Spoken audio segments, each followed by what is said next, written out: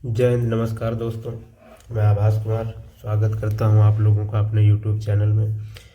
देखिए भाइयों, ये वैकेंसी आई है एसएसबी हेड कांस्टेबल में। ठीक है, हेड कांस्टेबल 2026 की न्यू भर्ती आई है और इसमें 233 पोस्ट हैं और इसमें 12वीं पास और डिग्री डिप्लोमा इसमें मांगा है, जो मैं आप लोगों को बताऊंगा। और इसके बारे में जो भी डिटेल है वह ये देखते हैं।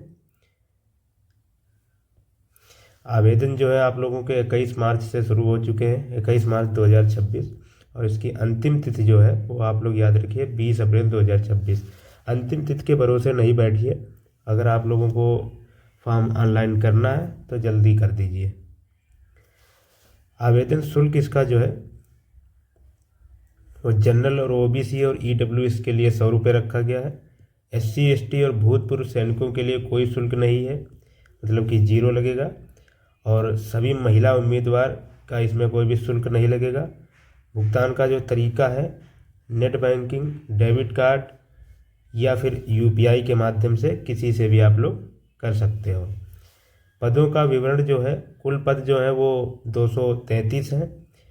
इसमें कम्युनिकेशन के 197 पद जो कि सबसे ज़्यादा है, इलेक्ट्रीशियन के 29 पद, वेटरिनरी के 5 पद, स्टेवर्ड के 2 पद हैं इसमें। ठीक है, ये देखते हैं। ये देखिए पदों का ब्यौरा जो है वो मैंने इन्हीं का जो विज्ञापन आया है उसमें से उठाया है, ये आप लोग चेक कर लीजिए। जो कि आपके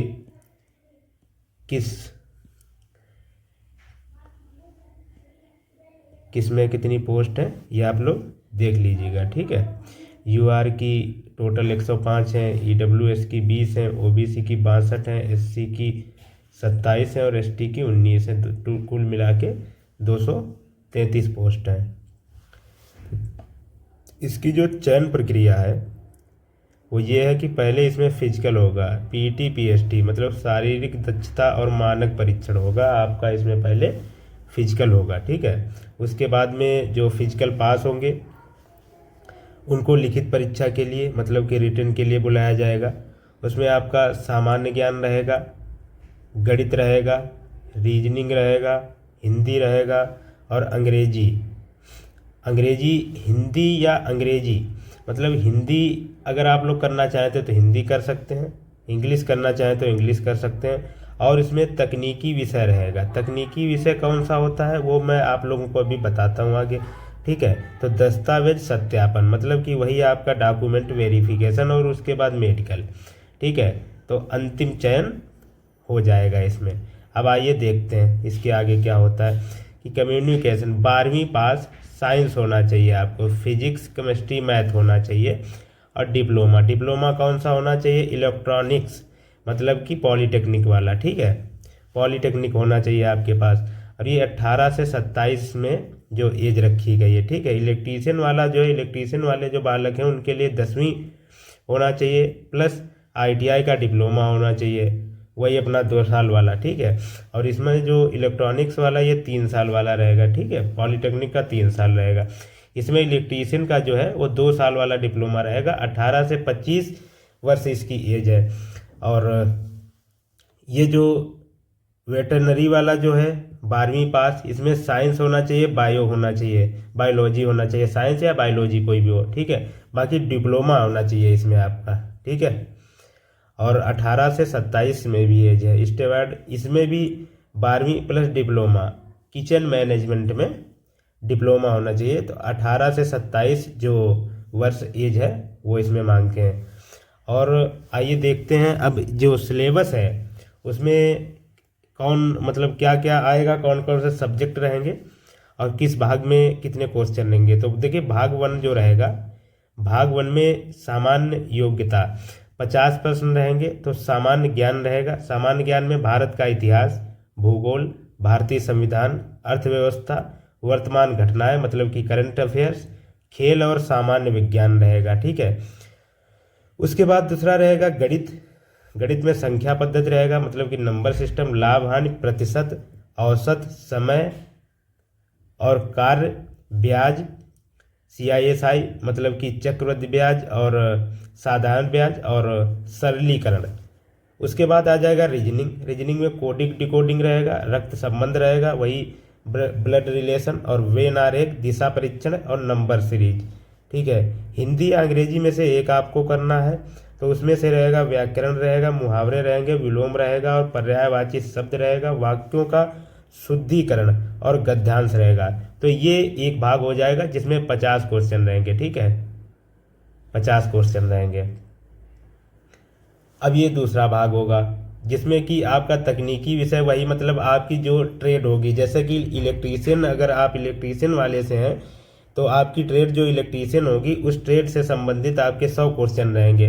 लिखा है कि यह भाग सबसे महत्वपूर्ण है क्योंकि इसमें आपके पद से जुड़े सवाल आएंगे।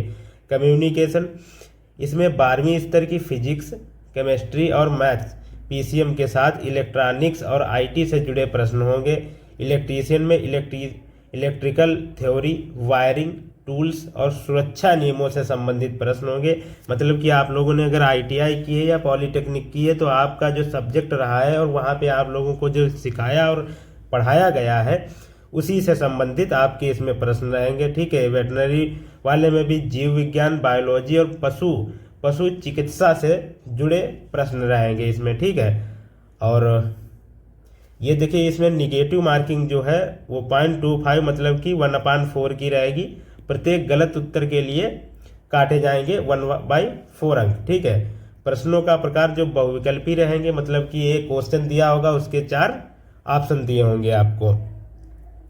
अच्छा, इसमें और एक बताने वाली जो बात है वो ये है कि इसमें कुल जो समय आपको मिलेगा, समय 3 घंटे होगा और प्रश्न जो होंगे 150 कुल होंगे। ठीक है, और माइनस मार्किंग 1/4 की होगी। आइए देखते हैं जरूरी जो दस्तावेज हैं, डॉक्यूमेंट जो आपके लगेंगे वो कौन। फॉर्म भरते समय आपके पास ये चीज़ें होनी चाहिए। कौन कौन सी? 10वीं 12वीं की मार्कशीट और सर्टिफिकेट। जैसे सर्टिफिकेट तो पहले पुराने में मिलता था, ठीक है, अब तो उसी में दोनों चीज़ें रहती हैं। ठीक है, 10वीं 12वीं की मार्कशीट और सर्टिफिकेट। संबंधित ट्रेड का डिप्लोमा या ITI सर्टिफिकेट, मतलब जिस ट्रेड से आप लोग डाल रहे हैं तो उसका सर्टिफिकेट भी लगेगा। जात प्रमाण पत्र, तो इसमें जो आपकी ये जात लगेगी सेंट्रल वाली आप लोग बनवा लीजिएगा। ठीक है, आधार कार्ड या कोई वैध फोटो ID प्रूफ, हाल की फ़ोटो, पासपोर्ट साइज फ़ोटो और सिग्नेचर। देखिए फ़ोटो जो आप लोग खिंचवाइएगा तो कम से कम 10 से 15 फ़ोटो खिंचवा लीजिएगा, क्योंकि यही फ़ोटो जो आप फॉर्म में लगवाओगे वही वाली फ़ोटो आगे तक काम आएंगी आपकी। ठीक है, सामान्य OBC SC EWS उम्मीदवारों के लिए लंबाई जो है वो पुरुषों के लिए 167.5 सेंटीमीटर है और महिलाओं के लिए 155 सेंटीमीटर है। तो केवल पुरुषों के लिए जो चेस्ट है वो 78 सेमी बिना फुलाए और 83 सेमी फुलाकर है। ठीक है, क्योंकि महिलाओं का नहीं ये मापा जाता है। और ST का जो है वो अनुसूचित जनजाति उम्मीदवारों के लिए लंबाई पुरुष 162.5 सेंटीमीटर और महिलाओं की 150 सेंटीमीटर। केवल पुरुषों का जो चेस्ट है वो 76 सेमी बिना फुलाए और 81 सेमी फुलाकर। अब आइए आगे देखते हैं। ये गढ़वाली, कुमाऊनी, डोगरा, मराठा और गोरखा के लिए जो लंबाई है पुरुषों में 165 सेंटीमीटर है और महिलाओं की वो 155 सेंटीमीटर है। और जो चेस्ट है वो पुरुषों के लिए वो 78 सेमी बिना फुलाए और 83 सेमी वो फुलाकर है। ठीक है, ये देखिए आप लोगों का जो रनिंग होगी, फिजिकल में केवल रनिंग ही होती है। ठीक है, तो रनिंग जो होगी आप लोगों का physical speciality test PT and physical standard test PST। तो इसमें जो आपकी रनिंग होगी वो 1600 मीटर होगी, 1.6 किलोमीटर। ठीक है, ये 6 मिनट 30 सेकंड में होगी आपकी। ठीक है, 6 मिनट 30 सेकंड आप लोगों को पूरा टाइम दिया जाएगा। और मेरे हिसाब से यहाँ पे भी चिप वाला सिस्टम लागू होगा, जिसमें कि 1 सेकंड तो दूर की बात है, मल्टी सेकंड से भी, मिनी सेकंड से भी लोग जाते हैं, इसमें फेल होते हैं। और रनिंग बड़ी ही हार्ड रहती है क्योंकि इसमें क्या रहता है, रस्से वाला हिसाब नहीं रहता है, इसमें आप लोगों की चिप लगी रहती है। ठीक है, और महिलाओं के लिए वही है कि 800 मीटर 4 मिनट में। इसमें जो वेतन मिलेगा आप लोगों को, पे लेवल जो 4 रहेगा और 25,500 से 81,100 तक जाएगा, प्लस अन्य भत्ते मिलेंगे इसमें, ठीक है। तो सैलरी वही आपकी 40-45 इससे ऊपर ही मिलेगी, ठीक है। तो धन्यवाद आप सभी को। अगर कोई जानकारी इसमें आप लोगों को मतलब रह गई है, अगर कुछ पूछना है तो उसके बारे में आप लोग कमेंट कर सकते हैं, मैं आप लोगों का जवाब दूंगा। धन्यवाद।